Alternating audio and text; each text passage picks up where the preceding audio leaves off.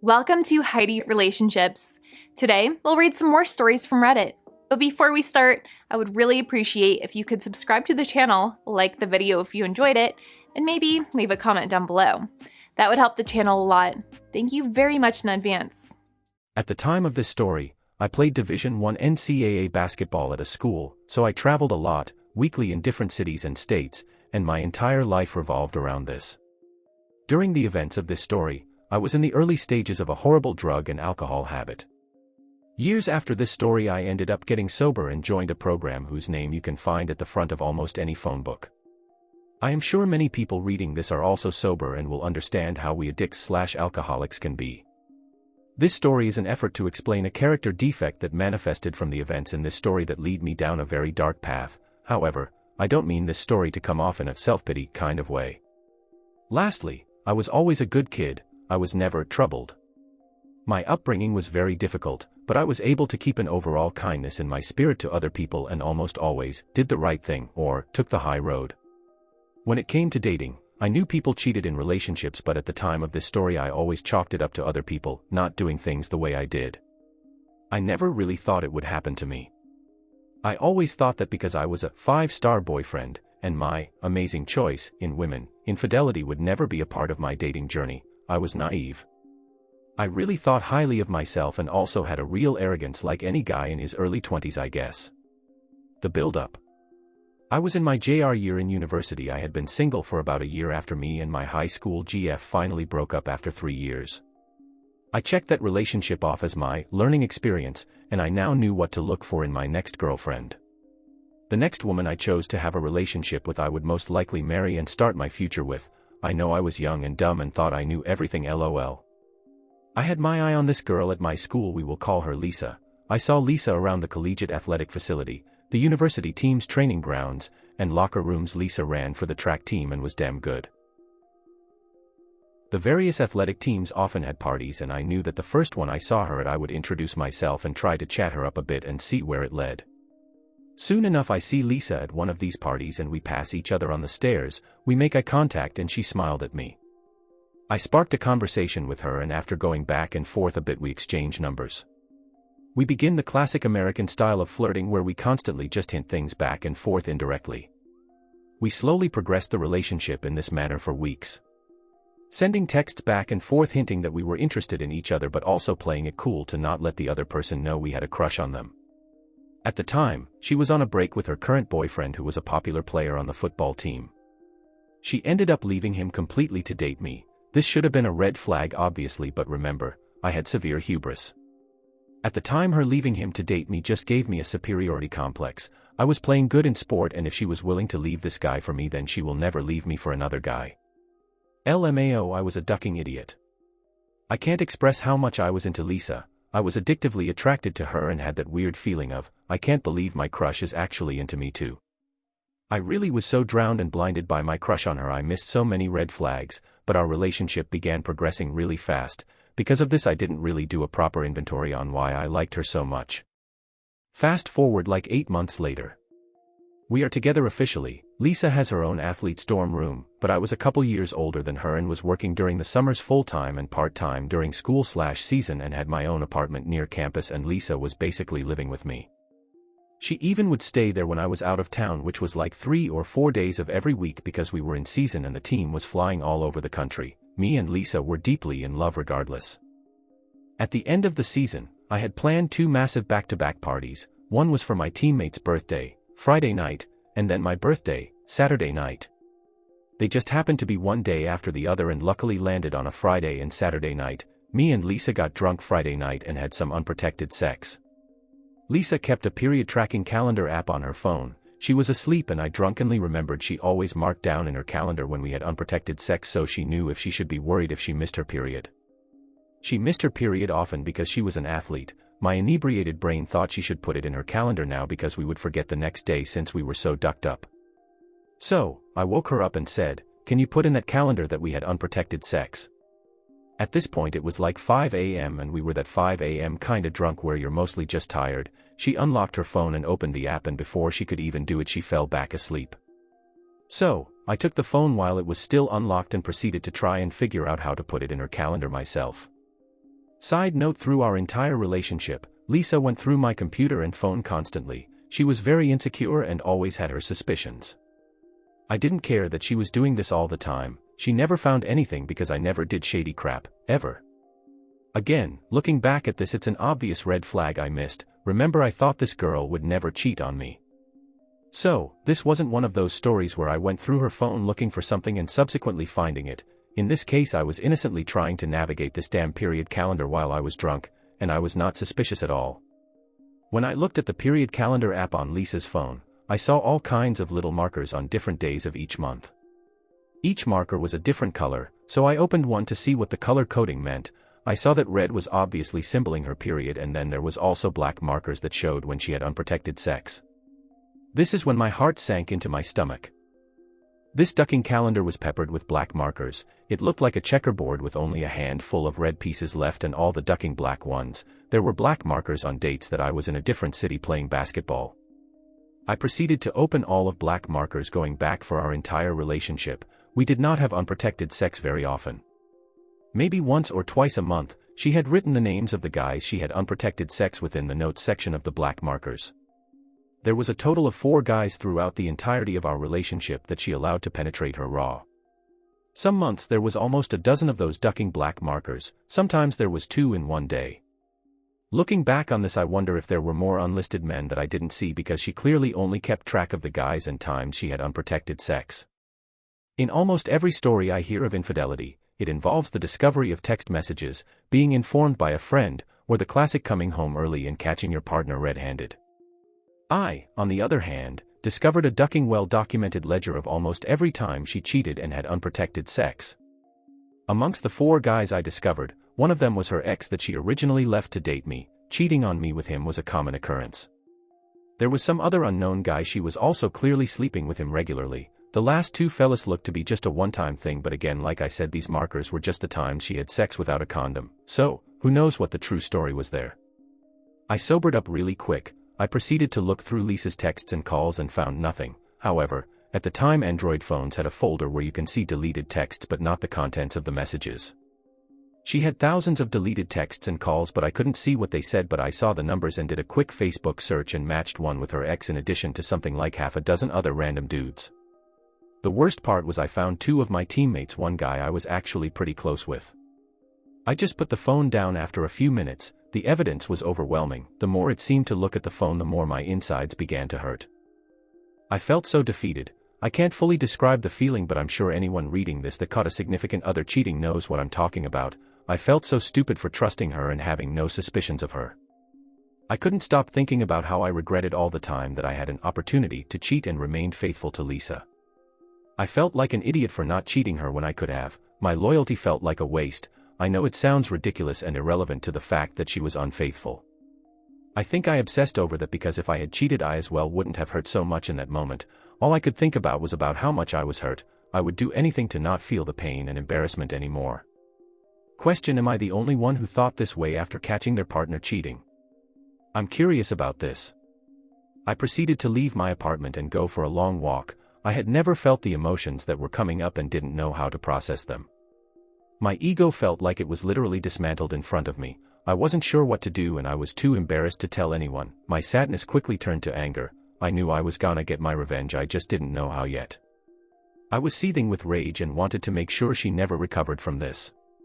My roommate/teammate and best friend who was sleeping on the couch in my living room, we will call him Bono, an Eastern European kid who stood 7 foot tall and was as Russian in demeanor as you can imagine. He also had an equally ridiculous RL name, hence, Bono. Well, Bono called me shortly after I started my walk. I answered and he asked where I was. I asked him to keep this between us and told him what happened. He stays on the phone and goes into my room, and I hear him in his Russian accent yell at her, "Yo witch, you cheated on op." Then I faintly hear her inaudibly say something in the background and him yelling at her to get out of the apartment. After hearing some scuffling, Bono gets back on the line and says, "Yo. She gone, come back and let's talk." I head back home and me and Bono go over what had happened. Things don't get sappy because we are both complete alpha males who both come from cultures where men don't cry, and neither of us really knew what to say or do in this situation. He makes his best attempt to comfort me and says, "Tonight is your birthday, We going to get ducked up and find you some dumbass. Duck her. I never liked her anyway. Oh yeah, this day was my birthday, forgot about that part. Me and Bono go out for breakfast. I am still a little drunk, my phone is blowing up with calls and texts from Lisa. I tell her I saw everything on her phone, and I can't stand to speak with her or look at her. She keeps trying to convince me to let her come to my birthday party, and I make it clear I don't want her there. She clearly was concerned about exactly what Bono suggested to me earlier when me and him chatted. Lisa's entire reputation and popularity revolved around the fact that she was dating me. I think most people didn't like her in the first place but put up with her because we were together. She knew that if I acted single at my birthday party and she didn't show up, everyone would know something was askew. I think Lisa was more worried about being embarrassed than our relationship. I don't remember much of what happened that night, but one of my friends sent me a little package for my birthday from California filled with some really good weed, hash, moon rocks, some pills, and the devil's dandruff, and I proceeded to do a glorious swan dive into an intoxicated oblivion. All I remember is sitting on my chair at the pregame for my party. There were two girls sitting on the arms of the chair, and I still have a photo of that moment and I remember it vividly. We were preparing to head out. I had a few tables downtown at a popular nightclub. The booze and drugs were the only thing that made me feel normal. I had my sunglasses on and clearly had that happy loaded grin on my face. The longer you look at the photo of me on that chair, you can tell I'm hiding a huge amount of hurt. Sitting on that chair, the cocktail of drugs starts to take effect. This was the first time I ever used substances, not to party but to feel better, to make me feel normal. I remember thinking, I want to feel this way for the rest of my life. I am never going to hurt like that ever again. With drugs, I have control, and no one can hurt me again. Oh, how ironic that turns out to be years down the line. I told my teammates and friends that me and Lisa were done when they asked why she wasn't at the party. I didn't tell them why though. I also didn't show them that I was affected by it in any way and just played it cool. I tried to focus everyone on the party ahead of us. The revenge. So, this is one of those revenge stories where it was only half planned. I knew I wanted to get revenge on Lisa for hurting me so much, but I kind of just improvised as opportunities came up. My original kind spirit had died at my birthday on that chair. All my morals went out the window. I never cheated in relationships, therefore I believed I would never get cheated on. I realize now how dumb that is, but that's what I thought at the time. I didn't care what collateral damage I caused as long as my mission to hurt Lisa as much as possible was accomplished, so continued every day of my life with this new selfish mindset. I was sitting at my computer later that next week skimming Facebook when I saw the profile of one of her track teammates on my feed. That's when I had my first vengeful idea. I decided I was going to attempt to get her teammates to bite the bait that I was about to cast out into the water. Though I didn't have proof she hooked up with my teammates, she was clearly trying to hide conversations between them. So, I was going to see how many people who are close to here I could passionately hug. Luckily I had more options than she had when cheating on me. A women's track team is much larger than a men's basketball team, also much better looking, winky face. Lisa's teammate I originally spotted on my Facebook had a boyfriend, but I thought, clearly everyone cheats, let's see if it's true. I proceed to do the little flirty social media dance with her, you know, the one where I like a couple of her photos, she likes a couple of mine back. I shoot her a message and bam. She's at my house in my bed about a week later. I proceed to do something similar to other teammates of hers, all on her 4x4 relay team coincidentally. 2 of the 3 girls I passionately hugged had boyfriends and subsequently cheated on them with me, which gave me some real mixed emotions. It stroked my broken ego and also made me bitter and sad, giving me one of those women ain't crap. None of them are loyal attitudes. This is such a typical story of while fighting monsters I became a monster. This actually became my go-to strategy because it accomplished 2 things in my ducked-up mind. It exposed a cheater, but more importantly, if they were willing to cheat on their boyfriends they would be more secretive about it, which meant the drama that would ensue when it came out would be elevated, and it made me feel better about Lisa cheating because it proved it wasn't me that was the problem, it was women that were the problem. I know it's ducked up, but that's what I thought back then. I started to collect something from every girl that I hooked up with, like a bra, a pair of panties, or some jewelry, etc., not for some creepy reason, but this is important later and was a part of my plan. Sometimes I didn't even have to try. One girl left a pair of very distinguishable shoes. I knew Lisa would know whose shoes they were. They belonged to the girl that Lisa's ex-boyfriend rebounded with after Lisa and him broke up, which highly upset her because it was her friend. Now it would upset her more because that same girl slept with both of her ex-boyfriends. I especially tried to collect items if it was something that I knew Lisa could distinguish, like a sweater from the women's track team with her teammate's name on it. After some time, I had collected a boatload of crap. After a couple months or so, one of the Lisa's teammates' boyfriends found out about me and his girlfriend, and it started a big beautiful dramatic explosion of series of events with her and her teammates. This led to all of them finding out about one another's promiscuity. The drama was massive, even their coaches had to get involved, it got so bad. This made me feel so powerful in such an evil yet satisfying way. I fell in love with the destruction I was causing. The most awesome part about all of it was that same week, the athletics PR team had put massive posters of me all over campus promoting the next game. They were everywhere. Some of the posters took up the entire side of buildings, so Lisa and her friends had to see me all over campus every day while this drama was erupting all around them. I felt like a triumphant dictator. It was glorious and pathetic at the same time. Their coach even proceeded to have a serious meeting with the compliance department and my team's coaches. My coaches literally laughed at her, saying, "This seems like an internal issue, but UP hasn't done anything illegal or broken any school policy, so there is nothing we can do." This infuriated the women's track coach. Their team had fallen apart, their national ranking began to plummet, then Lisa's coach even got in trouble for being caught tearing down some of the smaller posters of me on campus in raging temper tantrum. I loved all of it. I continued to add fuel to the fire, posting photos of me with girls, smiling, being happy every chance I could on Facebook and Instagram, but under it all, I was bitter. I was so deep into my new mindset I had already forgotten the kind-hearted naive kid I used to be. I hated my old self because I let some girls emasculate me. I was so full of self-pity looking back at. It's depressing. No one really knew though because I played the cool guy attitude in front of people. There was even a girl on campus on one of the sports teams who claimed that she was pregnant with my kid after I pretended to like her the same way I did with all of the other girls on Lisa's team, and soon as we passionately hugged, I moved on. It's a long story, but it turned out she wasn't pregnant, but the news or press that came from that further dug the knife deeper into Lisa's side. I left a trail of women I deceived and relationships I destroyed. I feel bad now, but at the time I didn't care because they were equally at fault in my eyes since they were cheating on their boyfriends or sleeping with their friend's ex. Quickly, girls became weary of me, plus, I was running out of potential targets. I was an awful human being then the way I was thinking, and I was going after girls that weren't even friends or on the track team with Lisa but were just around her in daily life. For example, her classmates and as well as her own family. I even flirted with her sister who was married with a kid, and I almost succeeded. She was down but her and Lisa's dad found out about it and stepped in and put a stop at all before we could do anything. Her sister was ostracized as the news spread within the family. I wanted Lisa to know I was everywhere and constantly reminding her how she ducked up. In my eyes this was all her fault, and she unleashed this fury of chaos upon herself. She should never have ducked with me like that. Lisa had to take an extended medical leave because of her depression and mental health issues she was experiencing from the whole situation. She was becoming suicidal. She even had to go on medication and lost tons of weight. She began to look extremely unhealthy. The whole mess was torturing her, and the more she hurt the better I felt. At this point I had already inflicted more damage than she did to me, but I had become addicted to the feeling of power. I spent zero time processing my own emotions or moving on from what happened. All I wanted was more revenge, and I couldn't stop.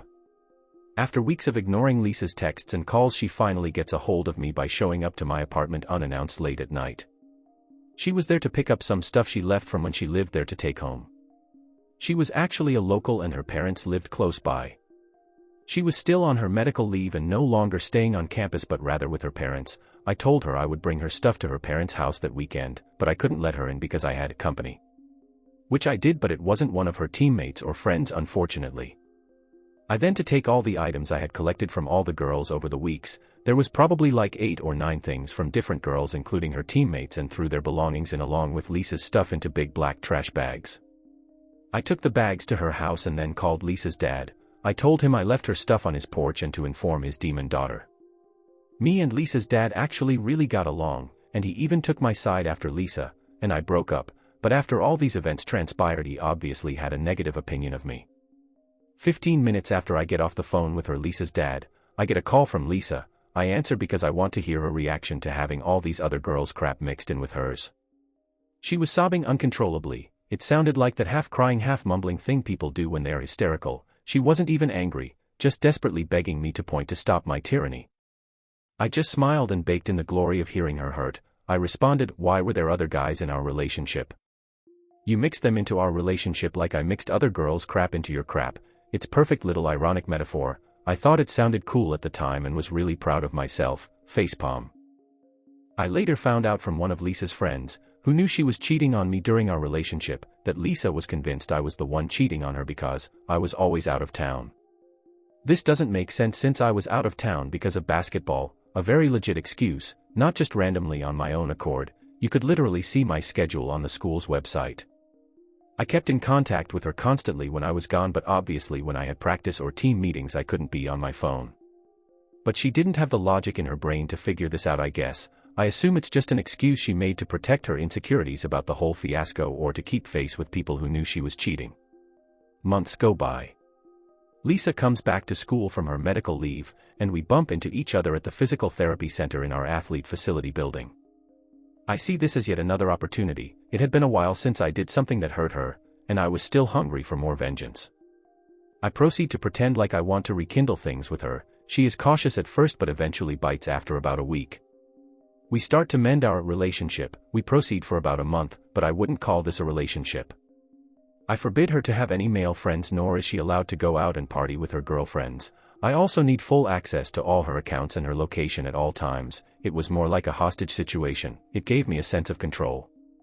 Meanwhile, I'm not being faithful at all. This was my plan all along. Finally, she finds out about me sleeping with a girl in one of her classes and we have a nasty breakup. I told her that she literally knows what it felt like to be me when we last dated. Yet again, I felt triumphant. It was just another chance to hurt her, and I did. After this we don't speak for years. I graduate university and move to Central America. She messages me while I'm there about a year after I moved and about 2 years after we last spoke. At this point my life has become that of a real degenerate. I was doing copious amounts of drugs on a daily basis and about 75% of my life was involved in some sort of illegal or nefarious activities. But I still blame her for me becoming the dark soul that I was and taking no responsibility for bitter immoral nature. I hadn't had another relationship since her and always had trouble because I couldn't trust a woman in any capacity anymore. Even after years had passed, I saw this instance of her messaging me as yet another opportunity to hurt her. We begin to talk as friends and even getting flirty with each other over Facebook Messenger. Mind you, there is literally many countries, states, and an ocean between us at this point. I was planning a trip back to my old university to visit some friends. However, I told her was different. I explained to her I was moving back to the city for a new job I was just offered. We decide to meet up when I get back and see if there is anything worth saving between us. I had put on my best acting hat and tried to seem like I've put our past behind us. However, I'm just as vengeful now as I was years ago. She's finishing up her last year at university and I make the trip back to the USA. I meet Lisa at a coffee shop when I arrive. We spend the entire night together. From her point of view, it really looks like we had moved past our differences and what happened. We could actually work things out. However, I'm not moving back obviously like I told her. I am only stay 2 nights. She doesn't know this. After hooking up a few times and spending 2 days together, without mentioning anything to her about me leaving, I pack my things and get back on a plane back to Central America. I blocked her on all my social media and communication outlets. This time I could only fantasize about what happened to her when I disappeared after she thought I had moved back and supposedly was ready to give our relationship another try. This time, however, it wasn't as satisfying as my previous plots of revenge. My drug habit and lifestyle only got worse every year. 3 years later I was hospitalized and almost died because of my extended drug use. I was never sober a full 24 hours after the day that went through the ducking period calendar. Looking back, as much pain as I might have caused her with my vengeful life, my new identity that consumed my old one was so tainted with a dark spirit at heart. I think I honestly did more harm to myself with my actions and led me to down the road where I had no morals anymore. Though I spent the entirety of this story telling everyone of how I kept getting revenge at my ex for cheating on me, as satisfying as it was, I wish I would have spent an equal amount of energy healing myself from the incident. If anyone reading this is experiencing the pain that comes with cheating, a good revenge story can bring you some satisfaction, but I hope you don't make the same mistake I did. Rather spend more time healing yourself from the hurt and moving past it. The revenge won't heal you, it will be a separate journey but could distract you from putting yourself back together. Luckily I got sober and am sober now 4+ years. I even had another girlfriend of 2 years cheat on me before I got sober, but this time I didn't take revenge. I spent my time healing. I changed and only focused on myself, and that was way more satisfying than the revenge I got on Lisa for cheating on me. Now I'm married almost 2 years to a woman who is sober, and man do I have a good life. I have a dream job and a dream marriage. Thank you everyone who read this. Sorry if it wasn't well written, I never write like this, but I have never told the full story in detail before and I got a lot out of writing it. Mostly what I hope to get from this is to share my experiences doing horrible things but feeling an immense satisfying feel from it where it's almost addictive, and morphing from generally a good person to a relatively dark evil one. Obviously people have dark moments, but I feel like my personality and psyche has never been the same since that experience. I'm looking forward to any responses to the people willing to read this crap. Update: one of the most common questions I've been getting is, have you apologized or talked to Lisa since the events in this story? The answer is no, not yet. I am planning on it though. She's on a long list of amends I have been making for years. It looks like I'll be back in her city sometime next year. And I'll reach out to her then. I know a lot of us are telling me not to, but I have spoken to my sponsor, my therapist, and mentors about this, and the decision is to apologize for my actions, and I agree it needs to be done. Also, a lot of comments where people are completely missing the point of narrative of the story and feel the need to try and be my therapist or something and tell how I should have done this or that almost decade ago, which was not the point. It's obviously horrible how I reacted. That's not what this was about. This was about reflection without bias. And as I mentioned in my post, I have gotten into dating again since that relationship with Lisa many years ago. And most of my girlfriends and relationships after Lisa were good, but with one of them I got cheated again in an even more horrific way. And was significantly more traumatizing than this story I wrote with Lisa, but I had learned from the experience with Lisa and rather didn't take revenge and just walked away. That's when I finally got sober, and it led to the life I have now, and I'm considering writing post illustrating that story because I actually end up doing the healthier thing even though I was hurt even more than with Lisa. But thank you all for your responses as much as they vary, but generally, I think all arguments made below have an element of truth. This is the end of the video. I hope you enjoyed the relationship stories. Please don't forget to subscribe to the channel, like the video and write a comment. I really appreciate your support and it helps my channel so much. Thank you.